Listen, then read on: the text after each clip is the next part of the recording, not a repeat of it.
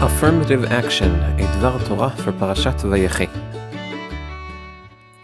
As a firstborn, one of the more puzzling and somewhat troubling parshiyot of the Torah is the story of Menashe and Ephraim. The story is well known. Yosef places his two sons in front of his father, Menashe to the right of Yaakov and Ephraim to his left, waiting for him to bless them. Yaakov crosses his hands, placing his right on younger Ephraim's head and his left on Menashe's, the elder.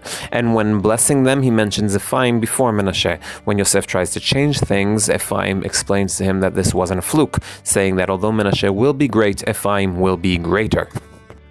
These are more or less the facts. Now for the questions, starting with the follow-up of Yosef's question. You explained, Yaakov, why you prefer Ephraim to Menashe. What you didn't explain, however, is how you came to this conclusion.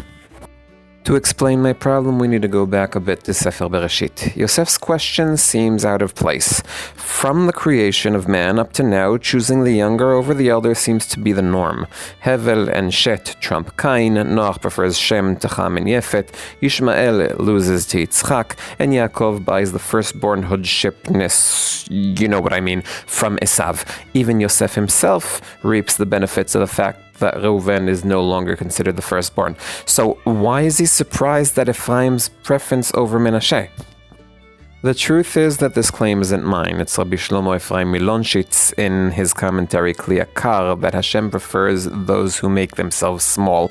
But in my opinion, there's a good reason for Yosef's surprise. Until now, every case in which the younger brother is chosen over the older one, a reason is provided with it based on the elder's misconduct, or at least the younger's better behavior. Cain is a murderer. Ishmael laughs. Esav sells his firstbornhoodship. Yeah, you get me. Our case is the first with no problematic conduct of the elder, or even a qualitative advantage of the younger. Leaving us with Yosef's surprise understood, but with a new problem in the form of Yaakov's answer. I know when he will be great, but his little brother will be greater. That's nice, but how do you know? And what does Yaakov see that shows that Ephraim will overgrow Menashe? Rashi, following Chazal, offers two different ways to deal with this difficulty, both of which I consider drash. Pshat being my interpretation, drash being yours. The first appears in our verse. Although Gidon will descend from Menashe, Yehoshua will be from Ephraim. That is, the fate of Ephraim and Menashe has already been determined, and Yaakov, as a prophet, knows what will happen with their descendants. The second attributes certain attributes to Menashe and Ephraim by naming anonymous biblical figures. In Parashat Miketz, in order to keep his identity a secret, Yosef places a translator between him and his brother, and Rashi informs us that this translator is Menashe. Rashi also claims that the messenger who informed Yosef of Yaakov's illness was Ephraim, who made sure to accompany Yaakov and learn Torah from him. According to this interpretation, Yaakov bases Ephraim's preference over Menashe on the past deeds which give us a peek into their futures. Menashe may know how to help run the country, but Ephraim knows how to uphold a tradition. The truth is that combining these two commentaries provides us with what I believe to be a complete and better answer. The reason that Yaakov identifies the future traits in his descendants of Ephraim and Menashe according to the first midrash lies in the fact that he sees the traits as mentioned in the second midrash. This can also be seen by another way of drash. I'm doing a lot of that today.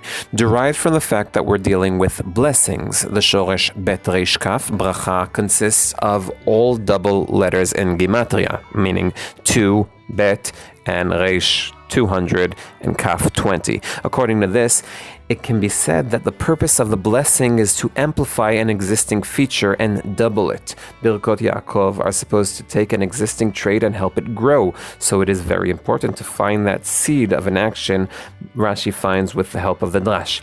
On the other hand, the automatic preference of the underdog is also in the Israeli DNA, so Rashi didn't choose to add a touch of prophecy so as not to leave this kind of younger brother preference in the hands of just anyone who loves Tanakh. Did you enjoy this video? If so, please subscribe, pass it on to a friend, and press like. I am Dovi Holtz, one who loves Tanakh.